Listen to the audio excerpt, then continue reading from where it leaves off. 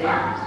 eneko kaitatu duen bezala eskerrak ematen hasi nahi dut, denik eta behin, zorionak aritzi, zorionak batzarkide guztiei, eta eskerrik asko Zuetako herri batzarrean parte hartzeko konpromisoa eta borondatea agertu zuelako. Eta hartutako konpromiso hori egin nahi diot azpimarra, izan ere, jakin badakigu geroz eta nekezagoa eta zailagoa dela halako ardurak hartzea, halako ardurak hartzeko prest dagoen jendea topatzea, eta horregatik txalotu nahi dut egin ez zuten urratsa. Azken 4 urte hauetan, uste dut elkarlana eta lanerako giroa egonela gure artean, eta hori azpimarratu nahi dut oroz gainetik, eta ez dut dudarik talde berri honekin ere antzera aritzeko aukera izango dugula. Uste talde bikaina osatu dezuela, Zubietarekin eta Zubietarrekin konprometitutako taldea,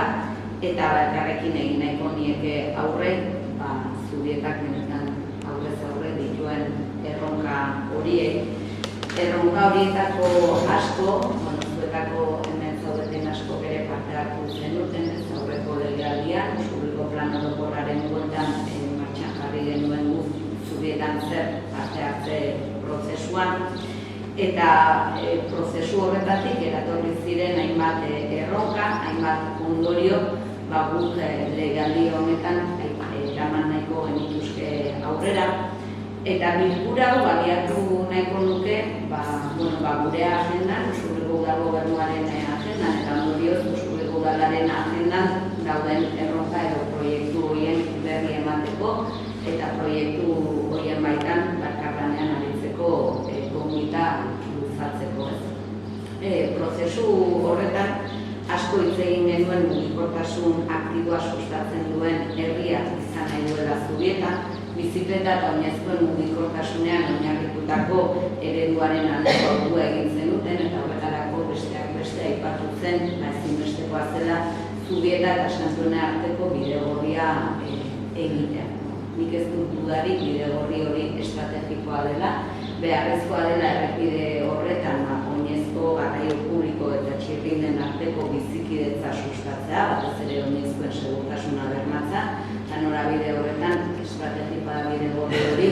bidegorri hori egiteko ere Donostiako Udalarekin elkarlanean aritu beharko dugu, eta gure aldetik esan gure agendan ahora konpromisioa dagoela, eta Zubietarren eskari historiko batik benetan bide ematen saiatuko dira. Beste alde batetik ere, azpimarratu zen, ikusten zen dutela Zubietak gaur egun baduela herri izaera galtzeko arrisku bat, eta etorkizuneko Zubietak gune bizi, euskaldun eta kolektibitatean oinarritutako herri bat izan nahi zutela, eta norabide horretan gu behintzat baditugu ere eskuartean beste 2 proiektu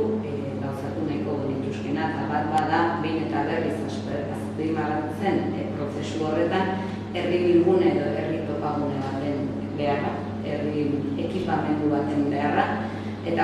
proiektu horren inguruan hausnartzeko lanketa bat egiteko gonbita ere luzatu nahi dugu, nolabait erabilera ezberdinak izango dituzten proiektu bat abiatu nahi delako, eta hor gure konpromisoa horretarako. Eta bestetik, ekarri nahi dut hona ere, urriaren batean bertan abiatuko dugu proiektu baten berri emateko Zubietako eskola txikiarekin, Arginako eskola txikiarekin eta Udarregi ikastolarekin batera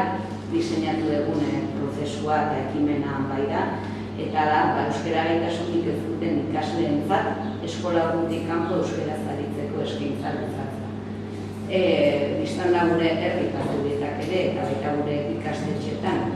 biltzen da zaigun jatorrian iztasuna gero eta handiagoa dela, benetan erronka handi bat daukagula euskara ezagutzik eta gaitasunik gabe datozen gure ume eta ikasleak euskalduntzeko, eta ikusten dugu erronka hori soilik ikastetxeetatik, hezkuntzatik ezin zaiola aurre egin, eta bekariaz baliabide propioak eskaini behar zaizkiola, eta Zubietan bagoaz HH5 eta LH3 arteko Zubietako eskola txikian ditzen diren ikasleentzat eskaintzeko proiektu hori martxan jartzera, nik uste ere euskalduntzeko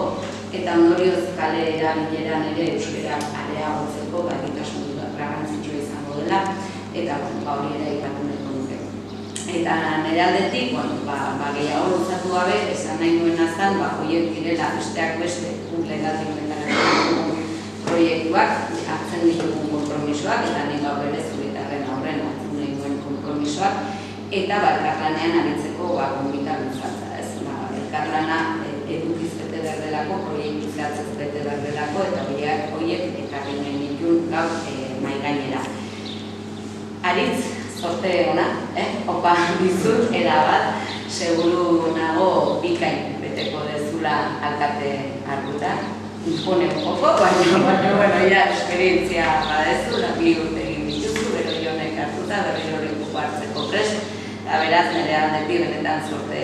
ona opa dizudala, eta esatea nahi badezu, orain arte bezala bide lagun izango gaituzula.